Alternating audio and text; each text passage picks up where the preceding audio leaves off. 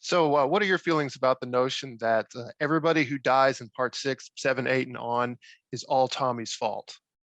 It is and it isn't. It's just that like Tommy became the executor of the curse. Like he was so cursed and he was so haunted that he couldn't help himself. Like I'm sure that each my theory is that in the Never Hike Alone world, everyone who's ever survived an encounter with Jason or has gone to Camp Crystal Lake is forever cursed. If it's a death curse, let's treat it like a curse. And so the curse will haunt you for the rest of your life. And as we've seen through Tommy's eyes, we've seen what the curse does to you. You see hallucinations. You see you have urges to act in your own in like negative ways. Like he attacks Pam at the end of the film, and sort of like you can understand like how tormented he is.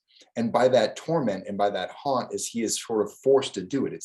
He doesn't really have control over it, not the way that I guess other ones have, but he is sort of the one dealing with it the most, and he's the one who ultimately like put Jason down for good for the first time. So that's sort of like where it is in my head, is that like it's not his fault. He definitely blames himself, but if you really look at it, I think that there's not much he could have done to he was fighting demons that are no one's ever fought before. So can you blame him for faulting?